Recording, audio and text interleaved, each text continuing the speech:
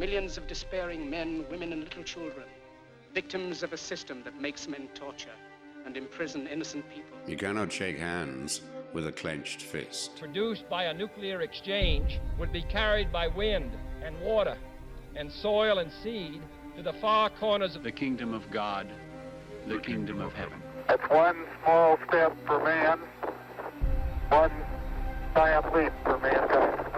We're not saying that planet Earth is coming to an end.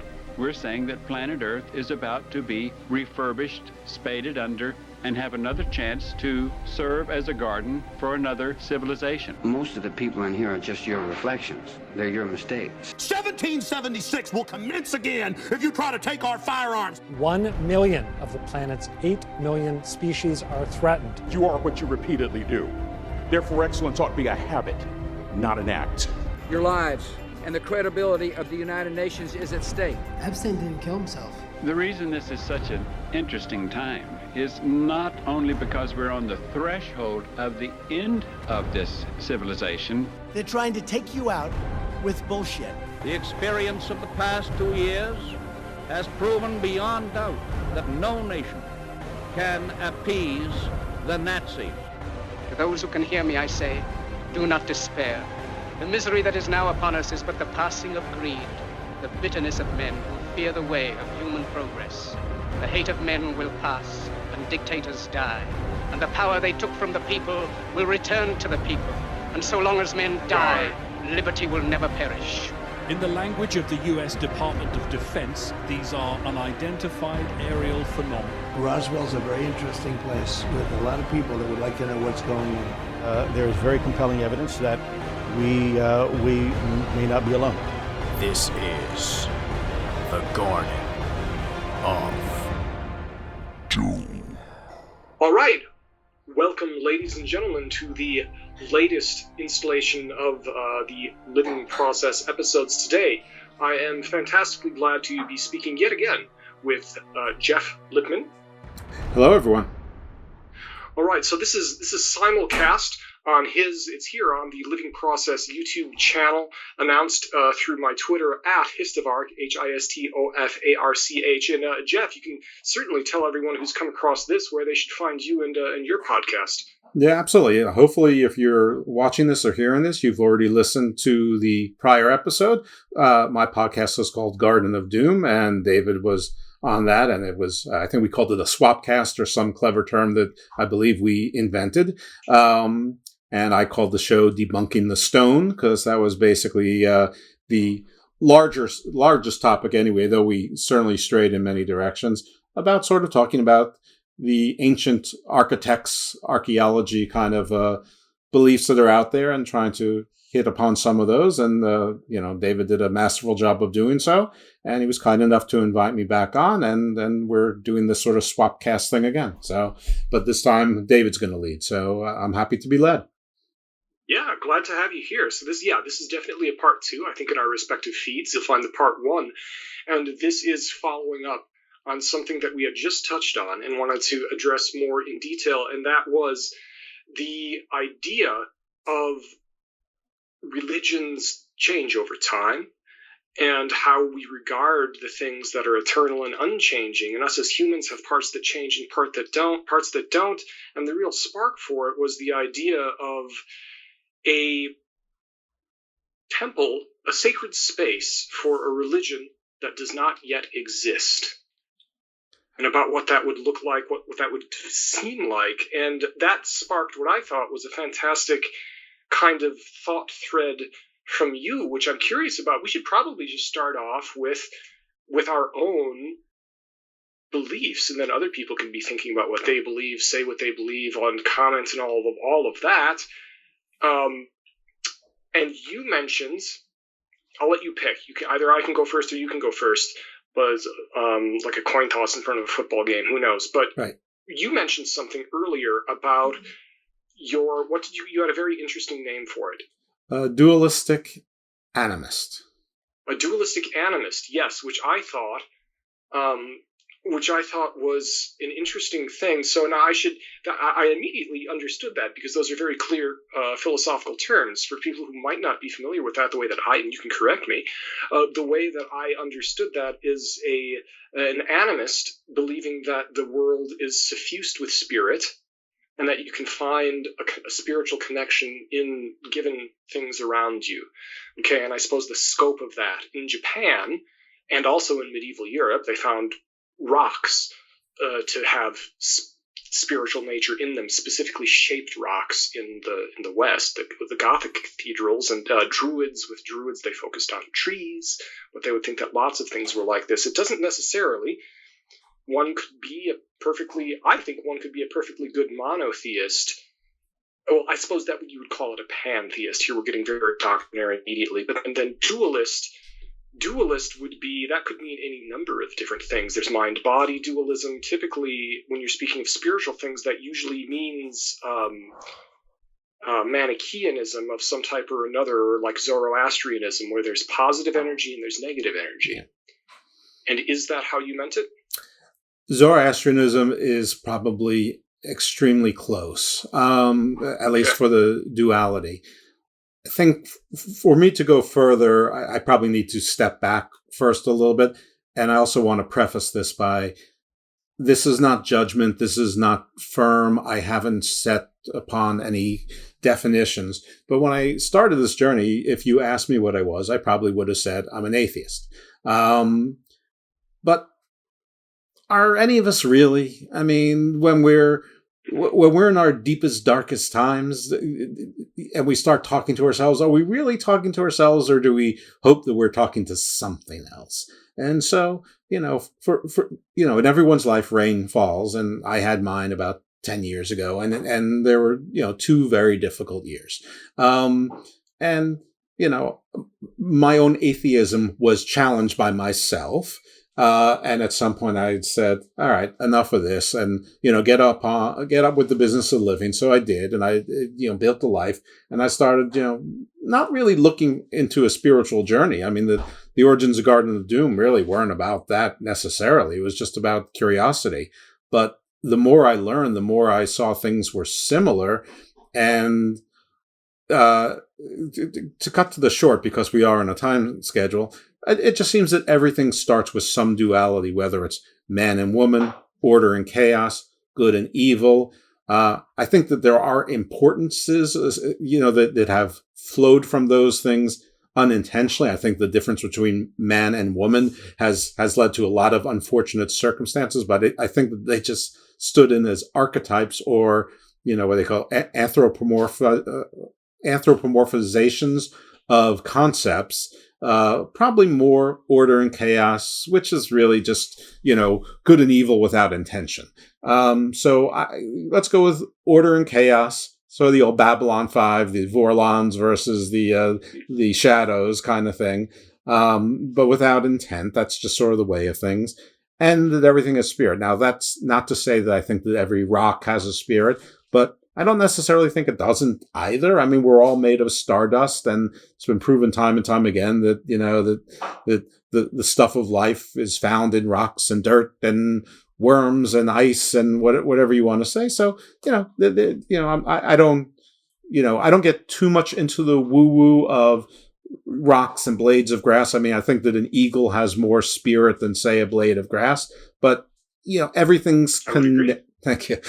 Everything's connected. Now, what do I do with this? I don't know. I in some way, I'm not exactly sure, but since we're not trying to solve the world's issues here today, that's probably how I would frame it.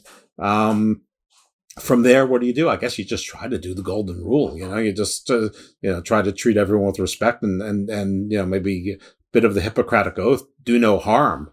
I'm not preaching that everyone needs to be a hero. I'm not even sure that's appropriate.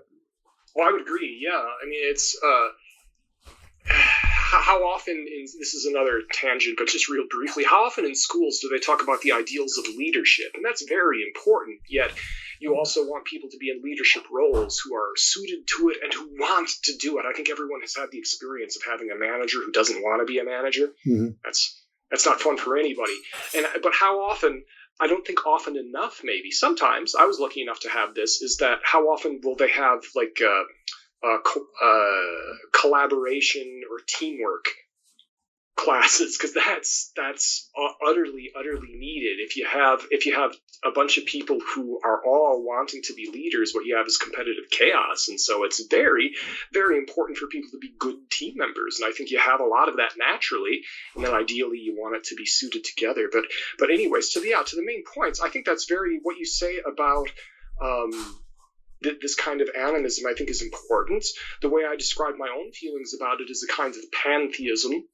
I am ultimately a non-dualist. I'm ultimately a monist. So monism versus dualism, I believe that there is a unity to everything. With my metaphysics, for those keeping score at home, to look things up, my metaphysics hew extremely closely, and I've been in my study inspired by the work of Gottfried Wilhelm von Leibniz, Leibniz. Some people say Liebniz, but it's German, and in German it's really easy to figure out, because if you're pronouncing it the German way, and in the United States they berg the berg and all those things, but in German, the way that if you're pronouncing it the European way, the last letter is what you say. So is he Sir Isaac Newton's arch nemesis, best friend, like the original frenemies? Yes. Yeah, I'm glad you brought that up, because that's a really fun bit of history. He was absolutely Isaac Newton's frenemy.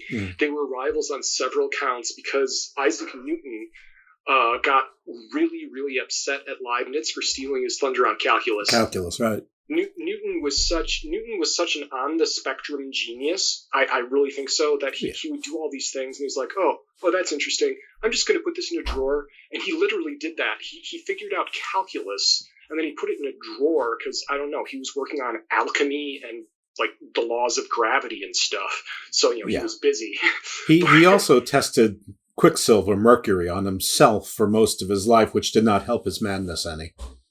Correct. That would not help his emotional stability. But he lived to be 84. Lacking. He lived to be like 84 or 88, something like that. He lived for a long time. Yeah. But he was totally arguing with Leibniz. I think he lived a bit longer than Leibniz. Leibniz died in 1716, something like that. Towards the end of his life, he wrote this amazing thing called the Monadology, which was a summary, like a 15-ish page in paper, in handwritten summary to a friend of his about who wanted to understand what he thought. He wrote a big book called Theodicy, which is about the problem, like, why are there bad things in the world? Right. Really long, really dry. It itself was a response to John Locke. At the end of it, there's a tremendously amazing parable called the Parable of Sextus Tarquinius, which I swear the architect scene in the second part of The Matrix was based on. The whole thing where they're zooming into the different TV screens. Mm-hmm. Like, each time that happens with Neo, that's a branching path in parallel worlds. Like, a decision has made, and you go into that alternate universe, right? That's right. What they're showing visually.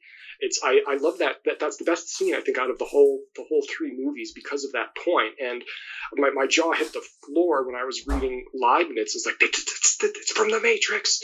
And it's quite possible that the Wachowski people were thinking about all that. I would say it's likely, though I will say I think that there's only one Matrix movie, and then there's now 4 sequels. All of the John Wick movies are sequels to the Matrix. All the other Matrix movies are garbage. John Wick is Neo sleeping. Those are his dreams powering the Matrix battery.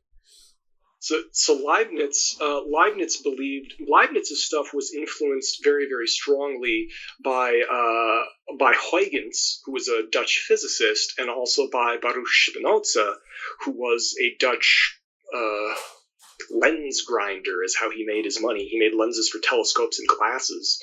But because it was the age of enlightenment, he was also totally famous for other stuff, and he was branded as a heretic because he was kind of kicked out of his religious community for being a pantheist, for trying to say that God is absolutely everywhere. And he was saying it so loudly that the religious officials got really annoyed with him and said, no, stop it. Stop being annoying with your heterodox religious belief.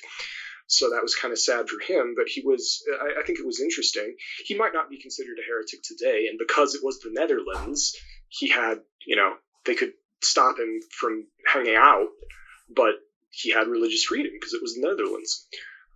Thank goodness. Famously nice people. What? Famously nice people. Yes. So Baruch Spinoza influenced Leibniz tremendously. And Leibniz, this ties into the architecture. Leibniz, I actually discussed Leibniz with Christopher Alexander. He ended up, I was very flattered that he had read and considered some of the stuff that I had written. We went over it, and he started his books on the nature of order, big 4-volume thing. He started that with, in order to do architecture better after industrial problems, we need to change how we see the world, getting out of a mechanistic mindset and into something different. And what you were saying about seeing life everywhere, that's what he starts with. He starts with changing how you see life. And this is also how Leibniz saw it, that everything is full of a sense that life, it doesn't make much sense to stop the definition of life at biology. Mm-hmm. And the guy, Denis Diderot, who did the encyclopedia, also from that same time period of the Enlightenment, Denis Diderot wrote something called D'Alembert's Dream, a dialogue, and imagine like a Socratic style dialogue. He was influenced by Plato. And in it, he has two people discussing and arguing about how do you define life. And he revealed through this that it actually creates some logical absurdities to say that life stops at the threshold of biology. Now, it makes a lot of sense to say, yeah, biology is a thing that exists. There's stuff that's non-biological, there's stuff that is biological, right? Because of metabolism. Right. And I can't remember exactly the argument that he posits, but it makes a lot of sense. Christopher Alexander takes this further and says, aha, if we go around the world thinking like René Descartes did, that we have this is Cartesian dualism, the mind-body split, which neuroscience has blown out of the water, by the way. The mind-body split, that there's the res cogitans, the world inside us, and the res extensa, the world outside us, and inside of us. If you're an atheist, you think that it's only your consciousness. If you're a theist, like Descartes was, you think that it's God and your soul. Everything outside is just a mechanical creation, that the watchmaker wound it up and it just goes. Now, you're going to treat the world very differently if you think that the only thing that has spirit or reason or anything alive is in you. And I think that we can see how the world gets treated as, when it's treated like a mechanism. There are some negative things that can happen. Descartes would have been horrified by some of the implications of this. He didn't mean this. He meant this as a heuristic, as a way of seeing the world to make decisions. He didn't think the world was ultimately like this. He was actually what you call an occasionalist. Leibniz criticized him for this in the monadology, because what Descartes actually believed is you have to imagine God's totally infinite fingers everywhere. Right. And the way stuff happened in nature, that was always God shoving stuff around. That's what Descartes actually believed. So he believed that God was everywhere in this kind of weird way. Leibniz said that's weird and ridiculous to think of it like that, and makes no sense. What did the church say to that? I mean, I would think that they would agree with Descartes. Yeah. Yeah, they thought it was weird. The church thought it was weird. I forget exactly what the Catholic Church said. They didn't like, well, he was another heretic, in a sense. Descartes didn't end up getting work in France. He ended up working for the King of Sweden. And the King of Sweden was super insistent that he have his philosophy lessons before sunrise or something like that. And so Descartes ended up getting pneumonia and dying because he had to wake up and do his philosophy lessons and prepare for the lessons before the king, and he got sick. In Sweden, no less. In Sweden. Right. But so my own belief in this is very close to Leibniz. And I think that the monadology, and I've done a fair amount of work on this, I believe that the monadology holds a way, because this happens sometimes in history. He was close to 350 years before us. If you think about how all the revolutions, and it's not just Christianity, but it was Christianity around, in the 1st century AD, but there were all kinds of other. Christianity was one facet of a really dynamic religious time. Right. A lot of stuff that was going on there was that the Platonism from 350, from 400 years ago, people were looking at what Socrates and Plato were talking about, and and they were like, oh, wait a minute, this stuff about eternal forms, the stuff about the heavens not changing, and things changing down here, how is that connecting? What does that mean for us? What is the nature of the soul? What is the nature of love? And that influenced totally lots of different religions. And you can even see it, I'm pretty sure, I don't want to get ahead of myself, but I think you can see it in Philo of Alexandria. There's Neoplatonist stuff influencing him, because it was general philosophy. Plato didn't start a religion, not really. Right. And so his philosophy influenced people who were religious. So you had Philo of Alexandria and the Jewish community being influenced it. Some decades after him, you had early Christians being influenced by it. The Stoics in Rome were totally, definitely influenced by the Platonists. And so I think it's making sense in a certain way that the ideas of Leibniz right now are echoing types of things that people are thinking. And I think that it could be useful, not like I'm going to say, like, we need to use Leibniz to change the world. I wouldn't advocate for that necessarily. But I think that it just makes sense for what people are wrestling with right now. If you look into what Leibniz was saying, and it's a little bit weird, but as far as philosophy goes, it's actually kind of clear, because he was writing it quickly, and he was writing it to be clearly understood. It's weird and it's different. The first thing you have to get over is that he talks about elements and atoms. Right. He doesn't mean atoms in the way that we think of them. He doesn't mean atoms of matter. He means atoms of form. What's the difference? So an atom of matter would be a little particle like an atom that we think of. Sure. An atom of an irreducible physical thing. He's thinking of an irreducible metaphysical thing. A cube is a good example. Mm-hmm. So a cube cannot be reduced and still be that same cube.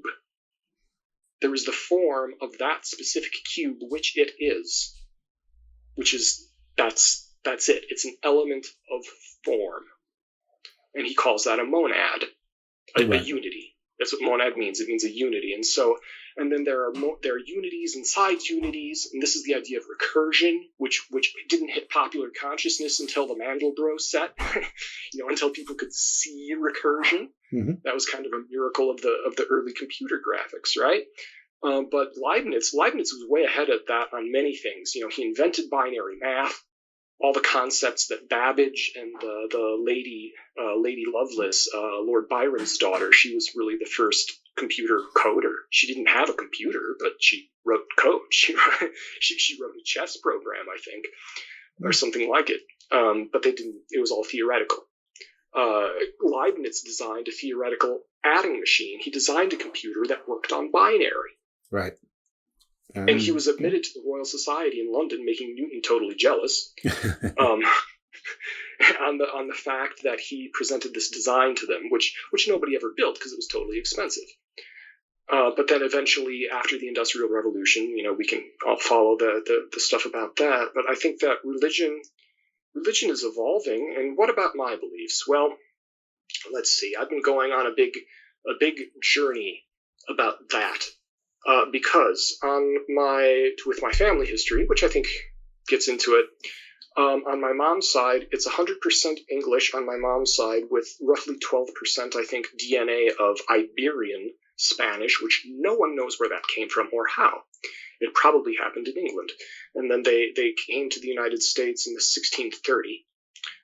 And then my dad's side of the family, the Getzin side of it, as far as we know, we can trace back to the 1650s, maybe, is when they first hit the historical record. And they were from, as far as we can tell, Mecklenburg, and then other places before them. Right. Which we don't know what it is, but we can guess. And then my dad has some Middle Eastern DNA. When you're from northeastern Germany, and you have Middle Eastern DNA, one can infer then, when you have generations of Lutherans in Germany with some Middle Eastern DNA, that there was a conversion at one point from Judaism into Christianity. Of course. So that's something in that had been in my mind for a very long time, and even just kind of culturally, familially, it was just kind of in the air as something people were vaguely aware of. And honestly, you talk to any Germans at all, it's something all Germans are vaguely aware of. The point that there were the first Jewish community in Germany was there before Charlemagne. They came there with the Romans, Right. So it's all together in there. So I have been thinking about my faith, and I've been thinking about the historical Jesus and what do I believe, and I have felt like God has been calling me to live a life in harmony with Judaism, and so I've been annoying rabbis about this, and when they've been mostly very nice, and I'm grateful for that, and so I felt that that's a nice thing for my life. And so if anyone asks me, if he was, what is your religion? I don't have an easy answer. If someone asks me, are you Jewish? I can say, sort of. Short answer, yes. Right. Short answer, yes. Accurate answer takes at least 3 minutes. Right. Well, it's your show. You have 3 minutes. Huh? It's your show, so you have 3 minutes. Oh, sure. I suppose. So anyways, yeah, and it's not exactly something that everyone wants to hear, but I know that this is the context where some people might. So, but I appreciate going over it, and well, they have to hear the end. The Go ahead. I mean, you've given such a beautiful historic and philosophical portrait. All these broad strokes, and brought them all together. That we have to sort of find out what the end is, at least with regards to the main character here, which is you. Oh, well, thank you. Yeah. So to bring it to a point, that's and so I think, and then there's the question of me fitting into the larger situation of life and community and everything, because that's also important. I feel like God is calling me, and sometimes I feel like God is shouting, like telling me to pay attention to something in the various ways that you think inspirations or reminders happen from the universe. And connecting to community in a way is important, especially because things shift and change. Something else that I say from time to time is, and I think I said this little joke of mine last time, is that I would expect that if I'm lucky enough to have grandchildren, that they will understand my own religion better than I do. Hopefully. And I think that we're going through, now all times are a time of transition, but I really do think we're going through a time of transition in which religions are going through these shifts in a pretty fundamental way. That's usually roughly 1,000-year at a time thing. Yeah, that seems to be about right. And I'd be curious your perceptions on this. I mean, with mine, I think it's definitely happening. I don't want it to touch the nerve of politics, but I do think that the foundation of Israel and the fact that it exists as a place like that calls into question for all three Abrahamic faiths. It's just a fact that political shift invites all three Abrahamic faiths to pause for a moment and say, are we thinking about anything a little bit differently, at least right now? That makes a difference. It literally grounded things. Go ahead. It literally grounded things in the actual ground. Well, sure. Israel went from concept to actual a place. I don't know if, you never know what the linchpins are, but I think that these things are inevitable anyway. And I think that with so many religions and so many philosophies, even Christianity, even though Catholic went from lowercase c to capital C, it really never was universal. I mean, from day one, that's a fallacy. And with, people can read Yuval Harari. I recommend it. He's sort of an optimist, and basically looking at trends and numbers. So you can see, but I still think when you live in your times, the Chinese curse, may you live in interesting times. I think everyone always feels like they're living in interesting times, and there's more people and there's more places and there's more connectivity. So while statistically there may be less war and conflict historically and less famine and things like that, it doesn't feel like it because there's almost nothing that we're not exposed to. I mean, I saw today that 30 people died in a barbecue explosion somewhere in China. I mean, the whole world's been watching these 5 people, not get rescued in a submersible, and there's stories everywhere from every corner of the world. So I think we all feel it hitting us. And I think people feel like maybe their religion doesn't answer that for them. I mean, a lot of times the religions sort of were a way of explaining things, maybe getting people on certain life cycles with agreed upon societal norms, sort of to build a social contract. Then it got a little bit bigger. Then you had the gods who were sort of intermingling with people so that we were sort of divine and spiritual. But if the gods wanted to, they could sort of flick us away. Zeus could procreate with a woman, but he could also do whatever else he wanted as well. And then you sort of got the Abrahamic God who, well, let's face it, the Old Testament, the God of the Old Testament is kind of not that nice a guy all the time. I mean, so sort of a jerk. And then I think so I think we started with gods high above to explain. Then, you sort of have a lot of, like almost every culture has some sort of divinity coming down and procreating with humans. So then you're bringing gods back to man. We're back to divine. We're closer to God. We're like this close. The earth is our playground.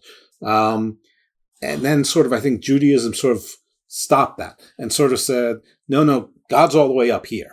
And we're down here. Don't build your towers of Babel. Don't try to challenge me. I'll send floods and stuff like that. And I think Christianity, by having Jesus and you have the Father, the Son, and the Holy Spirit in the Trinity, I think it was bringing God closer to man again, and almost, communion, like constant communion, one and the same. However, but what that did is that introduced free will. Everything is God's plan except humans. It's free will because the world is still your playground. And that hasn't worked out so well for the world. And maybe even humans don't feel like it's working out so well for them. So then you look to the back, the past, and we all look back at the past pastorally. We all think that the indigenous peoples lived in more balance with their surroundings and, forget that they had wars and 4 to 5 kids died before they were 4 and 50% of the women died in childbirth and stuff like that. But the spiritual...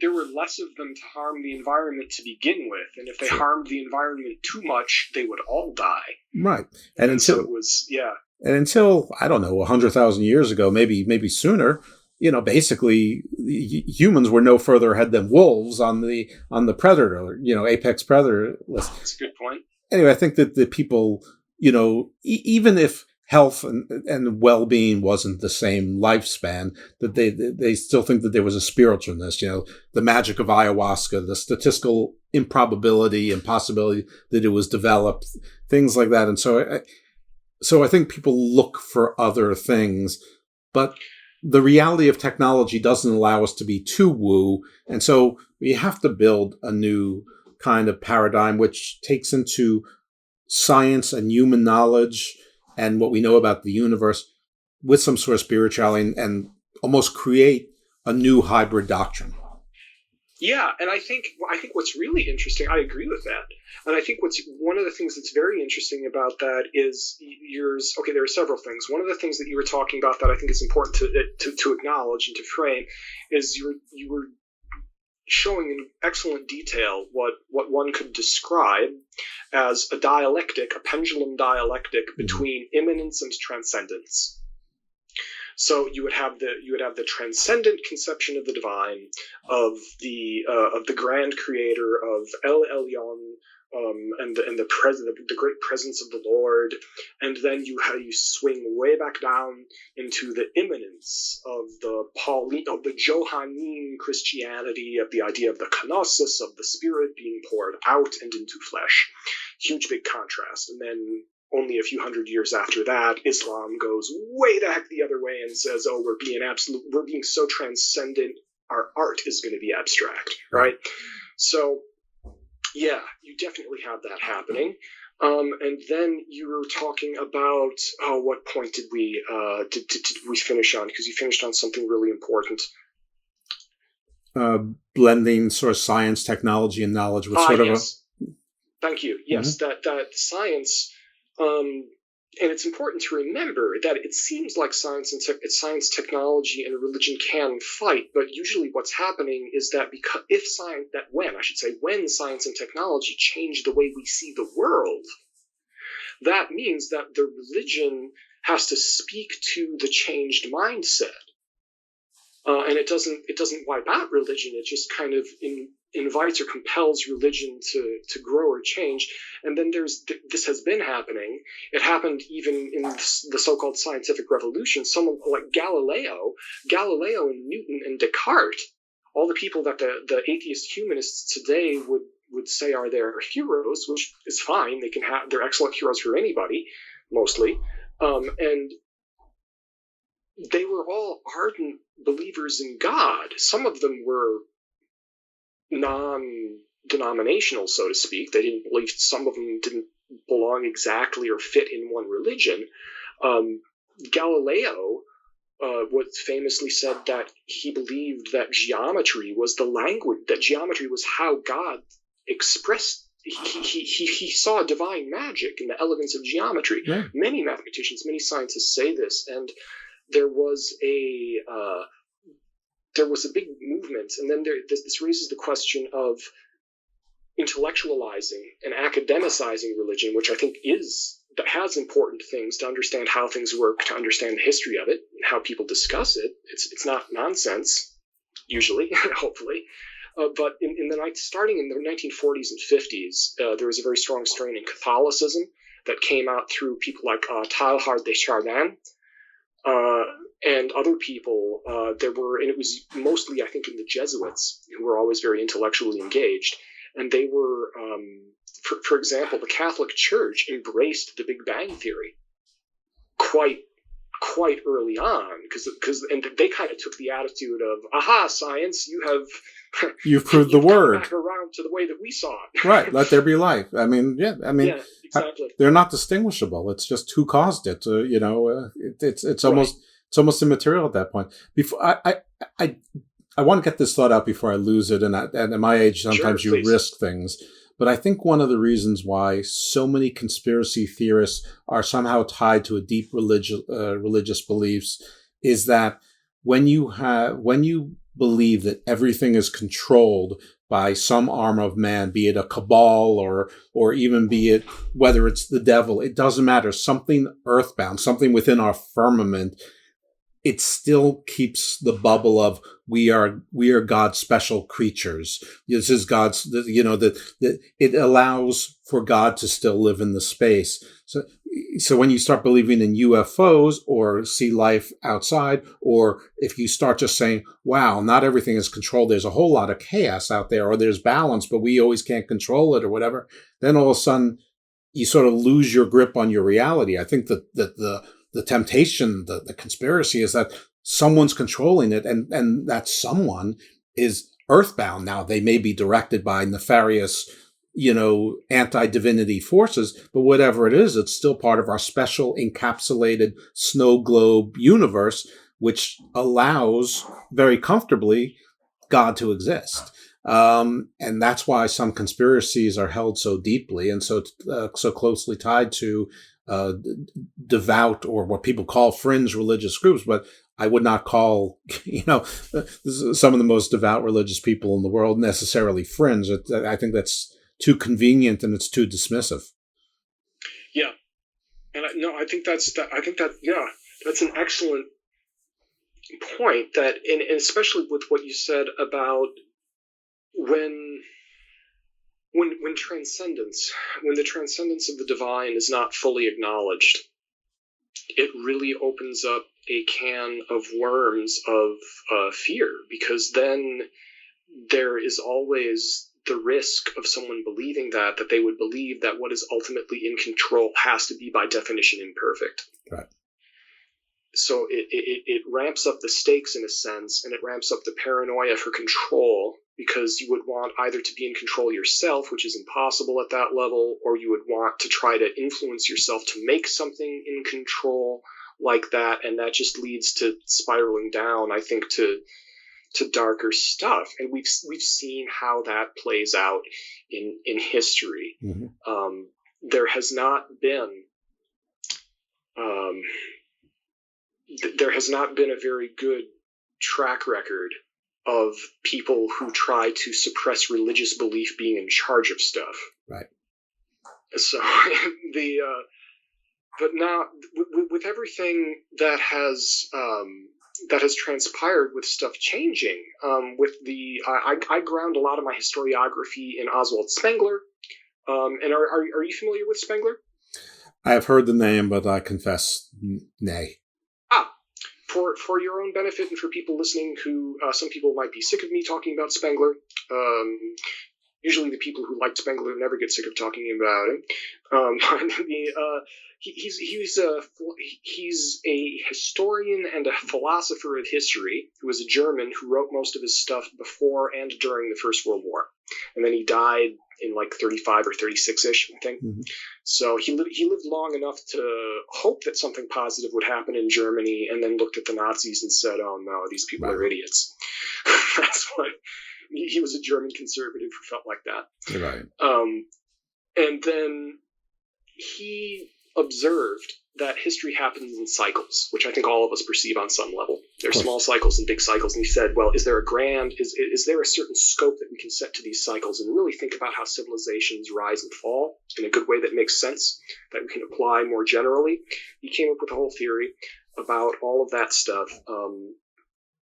And without getting into it too much, he basically split it into two: of a rise and a gathering of energy and a dispersal of energy. Culture on the early part, civilization on the second part. And he believed that the type of civilization that we're in now, which he called the Faustian world system, which also referred to as the West generally, that it began in Northern and Western Europe about the time that the cathedrals were being built and the Crusades were being fought. That Western stuff as we know it started then. He thought that the Greek stuff as we know it started in the centuries after the Bronze Age collapse. And so Greece at Socrates was kind of like a peak. And Rome was the hardening and fossilization into civilization as it kind of dispersed and declined. Right. Our peak, analogously, would be with Descartes and Leibniz and those guys, not coincidentally that we're talking about. They were the apotheosis of the fulfillment of the intellectual spirit of the West, and now we're going into the fossilization, and it's either going to be collapse of some things, or it's going to be kind of a hardening and a stiffening of things. And maybe there is a disruptive new energy coming up, we don't know.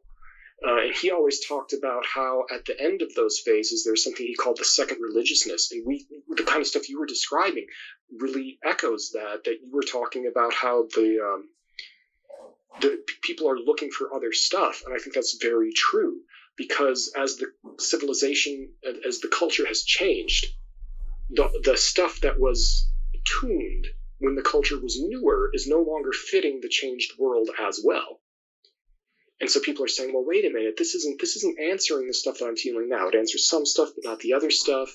And conservative people tend to look to old religions. Right. And more liberal people tend to look for foreign religions. Yeah. Because it's different. The liberal people love stuff that's unfamiliar, and the conservative people love stuff that's familiar. Right. 30 years that's ago, exactly what we're in right now. Yeah, 30 years ago, everyone wanted to be a Buddhist. Then 10 years later, everyone wanted to do Kabbalah, and now it's who knows, voodoo. I don't know.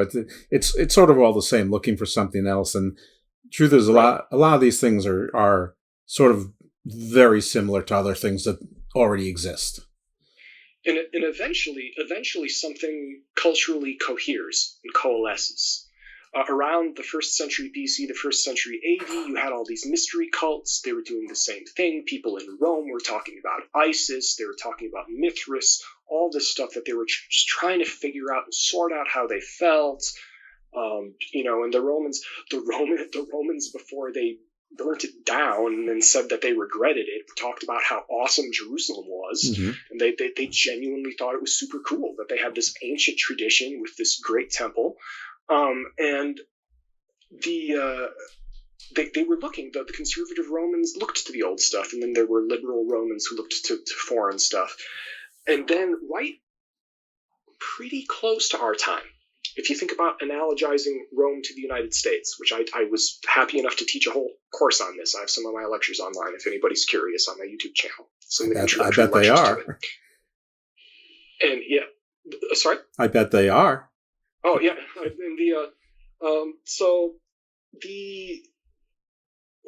Spengler analogized this pretty closely and I think pretty accurately. It's not destiny, but it is, in a sense, harmony or an echo.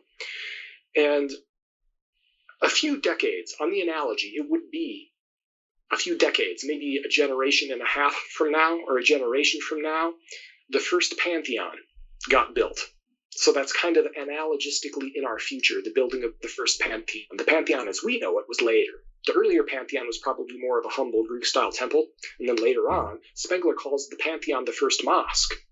Right. If you think about how it's shaped, it's a radical departure. The Pantheon, he says this roundness and the dome and the light from above and the macrocosm and the microcosm. He said that was the spiritual force of what later was expressed in Islam and Orthodox Christianity and Rabbinical Judaism. All of that spiritual force was expressing itself a little bit early, which sometimes happens. And so we're approaching a time, what the Romans were doing, because they were looking around so much, is they, in order to address how people were feeling and to bring unity to the empire and all that Agrippa, Augustus's best friend who did all the work and never got any credit, in some sense never wanted it, maybe, never wanted the risk that would come with the credit. Right. Agrippa founded a big temple that was supposed to be a temple for all Roman citizens, no matter what they believed. Unitarian. Yeah, a Unitarian. That's a great example. Yeah, Unitarian. And Frank Lloyd Wright, interestingly, built. It wasn't exactly Unitarian. It was like the Unity Church, which was not the same as the Unitarians, right? But they were a similar idea. So Frank designed one of those. It's in Chicago. I've been there. It's stunningly amazing. Well, you're an architect. Get to work. Maybe that's what I've been thinking. I'd like to do that. And the best way to do it is for me. That's why I'm starting to have this conversation, because I don't want this to be my Corbusier fantasy temple that springs off my head like Athena from Zeus. The odds of that being meaningful are not good, even though I could have fun with it. And honestly, my brain does do that anyway. And if I was doing that, it would involve an obelisk and a giant plaza where the shadow moves fast enough because it's large enough to be read like a minute hand. Well, something like that. Well, the henges. That's going back to the tepes and all of that. That's right. As old as human time.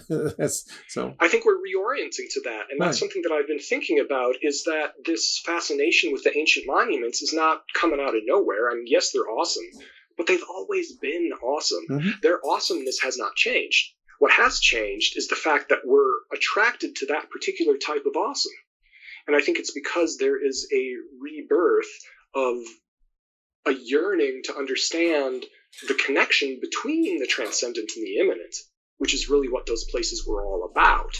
And I think we're somehow doing this in a new way. I think that the new sense of temple would certainly have something to do with sound. Oh, absolutely. And they always do. The cathedrals did. The Greek theaters, which were religious places, had to do with sound, but it would be in a different way now. And so just coming up with that. So definitely, ladies and gentlemen, if you have your ideas, if you have your thoughts, what kind of religious space do you think fits your life? Well, tell me below. I think that you're dancing with ideals already, and maybe it's subconscious, but the mosques with the dome, domes are very, you think more Eastern. You have the Taj Mahal, even the Kremlin. And I don't think it's any accident that the cultures that were way ahead with astrology and astronomy, sort of almost like the observatory. So I think you definitely need a domish observatory part, the obelisk as your central point somewhere. But I think you also need to have something with resonance, and you need to have more think of Christianity or maybe Judaism, almost like a square with wedges, with seraphim, maybe you incorporate them all together and somehow make them that's fascinating. Harmonate. And there you have your universal religion. I don't know enough about Buddhism or Hinduism to shape them, but I imagine the elements are all there. So this is why I need to have these conversations. You said something amazing there. You said square with wedges. What do you mean by that? I'm trying to put shapes to religions. And listen, we all shaped by our upbringing, what we are and what we aren't. But I sort of think of Christianity sort of as a square, whether it's a rectangle, a rhombus, or whatever, but sort of you sort of have your rules, and there you are in the middle.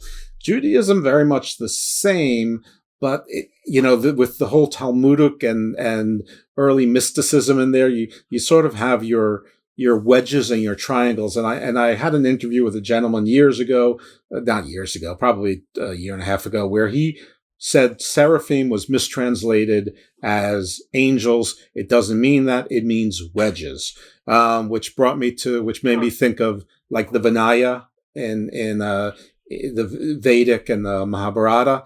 So I'm thinking that sort of brings in the Judaism and the Indian religion, which is not Hinduism. Hinduism is a dharmic philosophy. You probably would need to get the 5 cardinal elements and the 4 cardinal points in there, and something with the colors to get to China. But I think and if you have enough, I think there's enough overlap with sort of what we call indigenous, beliefs and symbology that I think that, like, if you and Dan Brown got together, you could probably come up with something. That would be fun. It would be, Dan, if you're listening. I mean, just let me, put my handprints in the cement or something so that I can get my little piece of credit. But that's it. Oh, certainly, definitely. I could.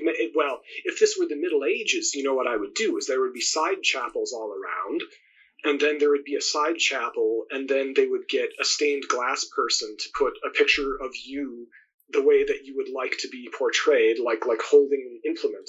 Right. You'd be in a stained glass with a microphone or something like. Well, it would be Brad Pitt's face on Superman's body. I mean, you know what, Henry, just do Henry Cavill. That's fine. That okay. I will settle for Henry Cavill. That's fine. Yeah. I mean, I'm sure you would come up with something much more brilliant, because artists always do. But I think shapes and geometry is part of it, because that's and music and harmonics, because music and geometry are the languages of the universe, not to be too trite. No, it's absolutely profound. I don't think it is trite at all. And perhaps a good note to end on would be to remind ourselves of the great words of who the Germans simply called der Dichter, the poet, Goethe, who was fond of saying that architecture is frozen music. Oh, yeah, beautiful. Which is an interesting way of seeing things. And so, ladies and gentlemen listening, of course, if you have ideas, if you want to just even chat with me about actualizing the ideas you want to share with me ideas you have for sacred spaces, and even the idea, I hadn't formulated this as clearly as I had in the past, and again, I'm just so thankful to Jeff for this space and for his amazing ideas here, and the idea that Agrippa created the original pantheon because he wanted to have a space where any Roman citizen could experience their own spiritual belief and to be welcome. That might be a nice attitude to take, and see what shapes come out of that. Absolutely. So let us know. And thank you so much. Any closing thoughts before we go? Oh my goodness, no, this is sweeping. Thank you so much. It's humbled and privileged to be here with you. Anybody who wants to follow my shows, Garden of Doom is sort of the one that talks about things like this, but also, listen, I'm not above UFOs and cryptids. I love that stuff too. And Garden Views is more legal business tech, but if you've listened to both shows, you now have a flavor of me, and it's still me. So you can find those wherever podcasts are found. I guess my preferred place would be either the PWC, because I'm a 1/3 owner of it, or the Wrestling Soup Network, because they put me on their network, and really, why would they put my shows on a wrestling network? But they did anyway.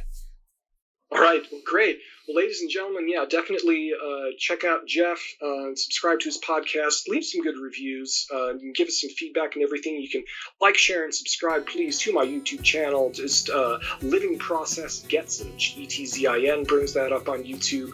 If you want to reach out to me and contact me, Twitter's probably the best, at HISTOFARCH. That's at Histovarch on Twitter. And thank you guys so much. Thank you. Thank you.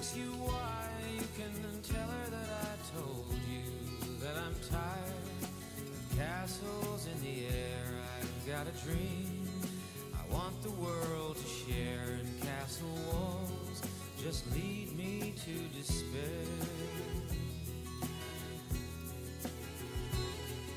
Hills of forest green, where the mountains touch the sky, a dream come true. I live there till I die. I'm asking you to say my last goodbye. The love